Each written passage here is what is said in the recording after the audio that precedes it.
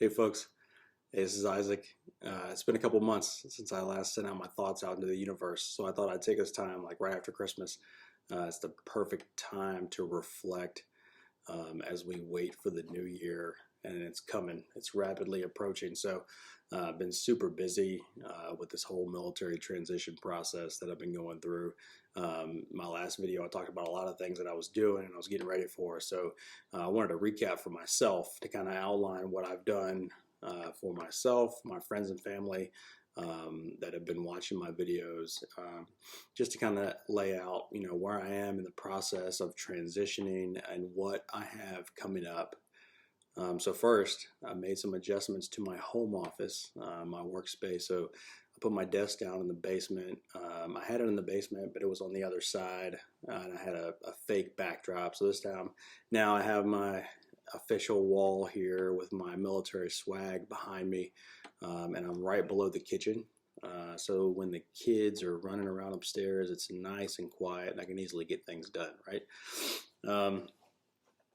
Feeling a little bit under the weather. It's cold outside. It's like -5, so it can be difficult to air out the house, get all those germs out, and everyone's just right on top of each other around here. But my new office space here, so the centerpiece was right behind me was my farewell gift from the military. My section gave it to me. It's really cool. It's a great centerpiece, but it's a painting by Mark Wolf that shows Lieutenant Colonel Thomas Knowlton receiving his marching orders from General George Washington in 1776, basically giving him the orders to conduct military reconnaissance, intelligence collection against British operations and British positions. So with that, that's been said to be the birthplace of military intelligence.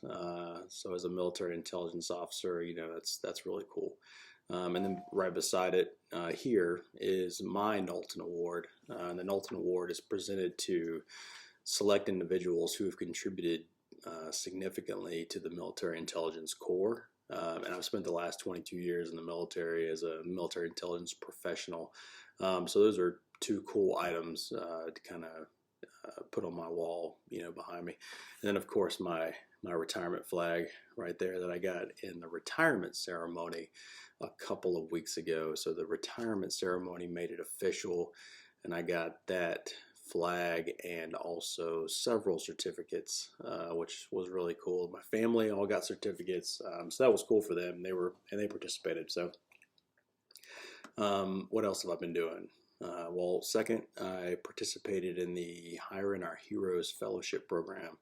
I talked a little bit about that before, and I participated in two programs for Hiring Our Heroes. One was Salesforce, and one was the Corporate Fellowship Program. So basically, you just submit your resume. It's released to a whole bunch of different companies that are participating, and they kind of reach out to you for an interview at their will. So it was kind of a stressful month. It was a month-long process, end of November and December, and it was more stressful probably than it needed to be.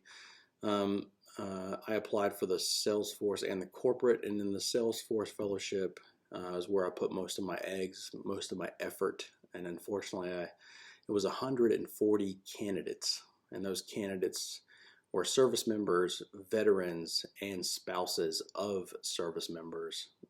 So there was a huge array of talented people. Some of these veterans had been out of the military for 20, 30 years, but they pivoted into Salesforce, and this was their way of pivoting, is they were allowed to compete in this Hiring Our Heroes Fellowship. So a lot of talent.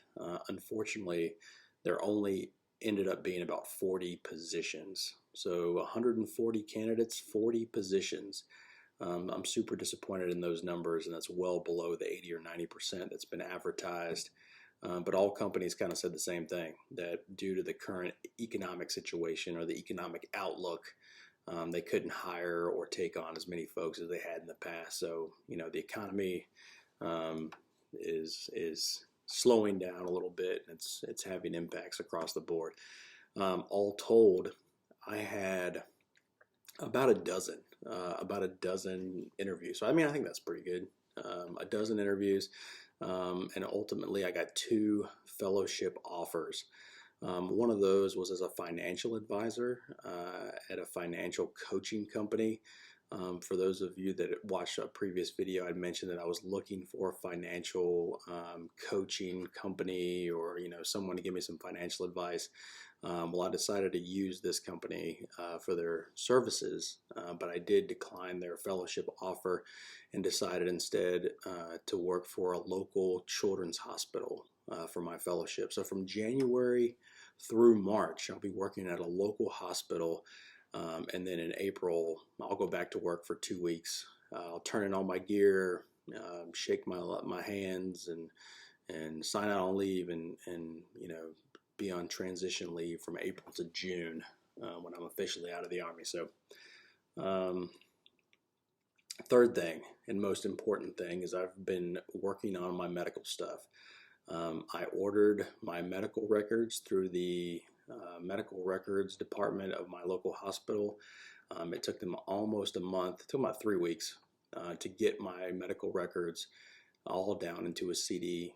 When I came in the Army, I had medical records that were hard copy, and those hard copy records are still around, but we transitioned to TRICARE Online, and now it's Genesis, so a lot of that had to be combined. And unfortunately, as I looked through it all, the early stuff, I think my medical records were lost when I was like a PFC or a specialist.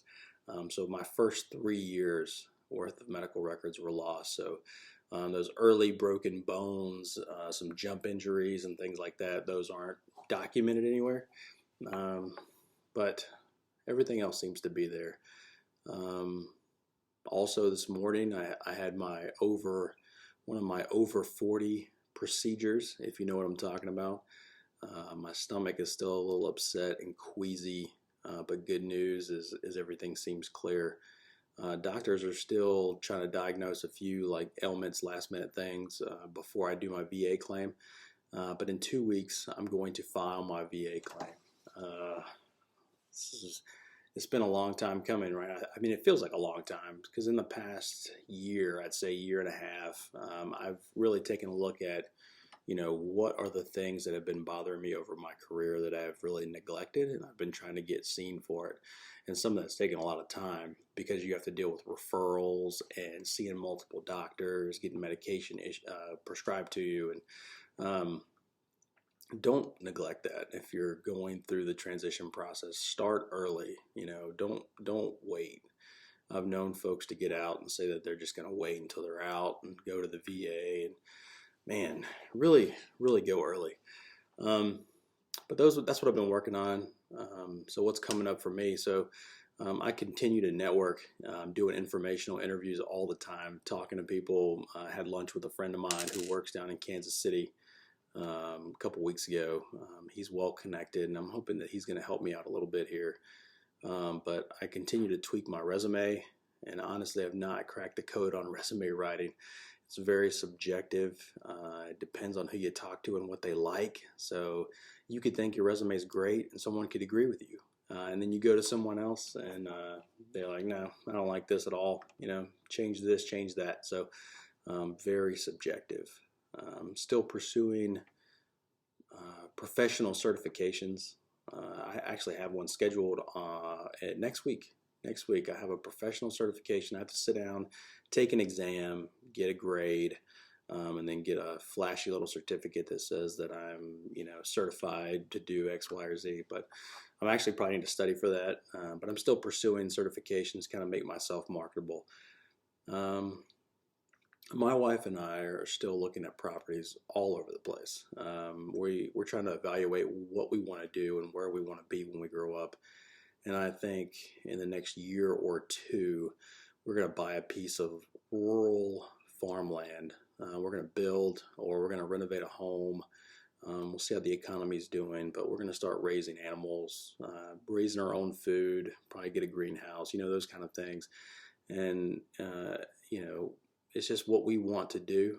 And if that means that I have to work, at a feed store or Tractor Supply or Harbor Freight or, whatever, then I'll just do that part-time. And We want to live out in the middle of nowhere. So probably this year, I think our high schooler will get accepted into college.